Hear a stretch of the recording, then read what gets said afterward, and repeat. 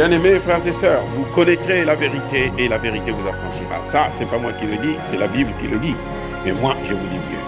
Vous connaîtrez la vérité historique, notamment celle de vos ancêtres kémites, et vous aurez une vision globale de ce que c'est que la vraie souveraineté politique. J'ajoute, vous reviendrez à la spiritualité africaine ancestrale et vous comprendrez les enjeux de l'indépendance économique. Et pour terminer, vous accepterez votre identité culturelle kémite et vous obtiendrez deux choses. La première, c'est la paix. La seconde, c'est le développement, à une condition. L'unité de toute l'Afrique noire, l'unité de tous les Noirs du monde entier.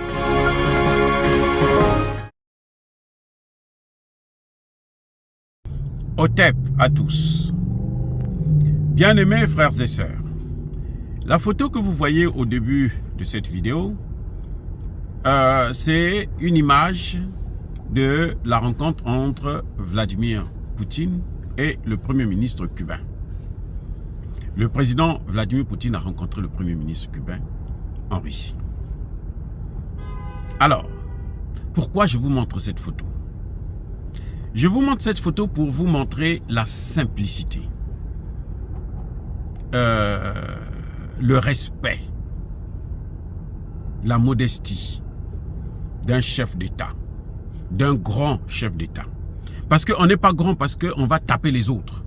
Parce qu'on a l'arme nucléaire et puis on va tuer des gens dans l'impunité la plus totale. Parce que on va appliquer le respect des droits de l'homme ailleurs, pas chez soi-même. Parce qu'on est capable d'aller prendre un chef d'État dans son propre pays pour l'amener à La Haye ou pour l'amener aux États-Unis pour l'emprisonner pendant des années. Non, on est grand parce qu'on se fait respecter et parce qu'on respecte les autres. C'est ça la grandeur de Poutine. C'est ça la modestie de Poutine. Le président Poutine reçoit le Premier ministre cubain, qui n'est pas son homologue. En Russie, il y a un Premier ministre, il y a un vice-président, il y a toutes les institutions, il y a des ministres. Mais le président Poutine a quand même pris son temps pour le recevoir. Et quand je compare ça avec d'autres présidents qui se disent des grands chefs d'État, qui donnent des leçons aux autres, des leçons de diplomatie, des leçons de civilité et de civilisation. Prenons le cas de la France. Le Premier ministre congolais, Koliné Makossou, depuis qu'il a été nommé à ce poste de Premier ministre, il a fait plusieurs voyages en France. Mais vous savez quoi?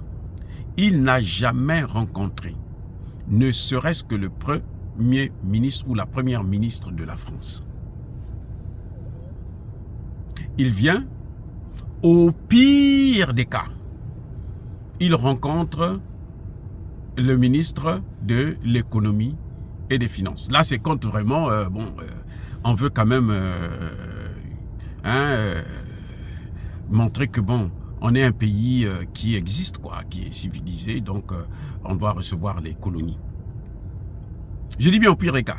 Et surtout que, malheureusement, ces présidents, ces premiers ministres, ces gouvernements viennent en France toujours pour demander, pour solliciter, toujours pour quémander. Ils sont toujours en position de quémandeurs de biens, d'argent et de ceci, pour s'endetter, alors que la France elle-même est très endettée. Ils viennent solliciter le soutien de la France au FMI et à la Banque mondiale, alors que c'est le FMI et la Banque mondiale qui sont à l'origine des malheurs de l'Afrique. Le premier ennemi de l'Afrique, là, ce sont ces institutions de Bretton Woods et les puissances occidentales qui les dirigent. Donc, vous voyez, quand le Premier ministre congolais arrive en France, s'il est bien reçu, c'est qu'il a été reçu par le ministre de l'économie pour parler de quelles sont les matières premières qu'ils veulent maintenant prendre chez nous et puis comment ils doivent faire pour contrôler encore le pays et puis pour poser des questions pour rendre des comptes sur le franc CFA. Mais en dehors de ça, non. Ils peuvent pas, ils n'ont pas le droit. Le Premier ministre ne peut pas, mais surtout pas le président français quand même, franchement. Sassou Nguesso est venu à Paris il y a l'année passée, après le sommet de Afrique USA. Non, il a passé au moins 4 jours. Et pourtant, il a été invité par Emmanuel Macron, qui devrait certainement lui tirer des oreilles sur la politique que le Congo doit mener, sur les positions que le Congo doit prendre sur le CFA et l'environnement et autres. Et donc, il le fait traîner 4 jours. Il le fait traîner. C'est pas lui qui paye l'hôtel, c'est Sassou qui paye l'hôtel, c'est Sassou qui paye son propre déplacement. Mais il le fait quand même traîner, alors que c'est lui qui l'a invité, juste pour le diminuer, juste pour le mépriser. C'est là où on voit la différence. Regardez, quand il y a eu le sommet Afrique-États-Unis, les pays africains sont venus, les chefs d'État africains sont venus à Washington. Vous savez, il y a peut-être 3 ou 4 présidents qui ont rencontré le président Joe Biden en tête à tête. Et quand c'est comme ça, c'est pour juste se saluer et tout. Bon, allez, next, on tend la main, next, on tend la main, next. Tu viens, tu présentes tes doléances et tout, et puis bon, allez, va-t'en, un autre. Les chefs d'État africains ont rencontré le secrétaire d'État américain, donc le ministre des Affaires étrangères, la 3e personnalité du gouvernement américain. Donc, ils n'ont même la vice-présidente Kamala Harris n'a pas pu ne l'a pas rencontré. Vous voyez à quel point on nous méprise. Et regardez comment Poutine rencontre le premier ministre cubain, qui est un pays pauvre aussi, un pays du tiers-monde. Mais il prend son temps quand même pour le recevoir. Et ça, c'est la grandeur de Poutine. C'est ça qui fait son respect. C'est pour ça que nous avons et nous devons toujours avoir du respect pour ce président. Dire cela, c'est inciter à la haine ou à la violence. Non, je suis en train de vous montrer tout simplement comment un chef d'État, un grand chef d'État, un chef d'État qui se veut être grand, comment il doit se comporter. Voilà, bien-aimés frères et sœurs.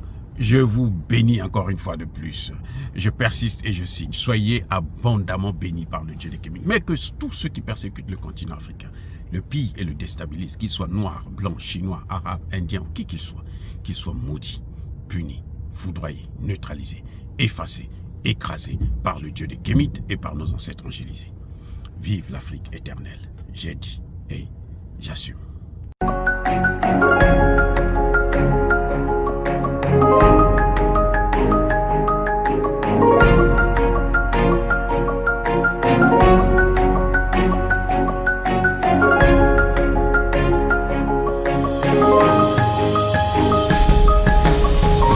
Eux, ils marchent par la foi et non par la vue. Mais moi, je vous conseille vivement de marcher par la connaissance scientifique et historique, notamment celle de nos ancêtres kémites, par les 5 sens et par l'intelligence. Abou Abia.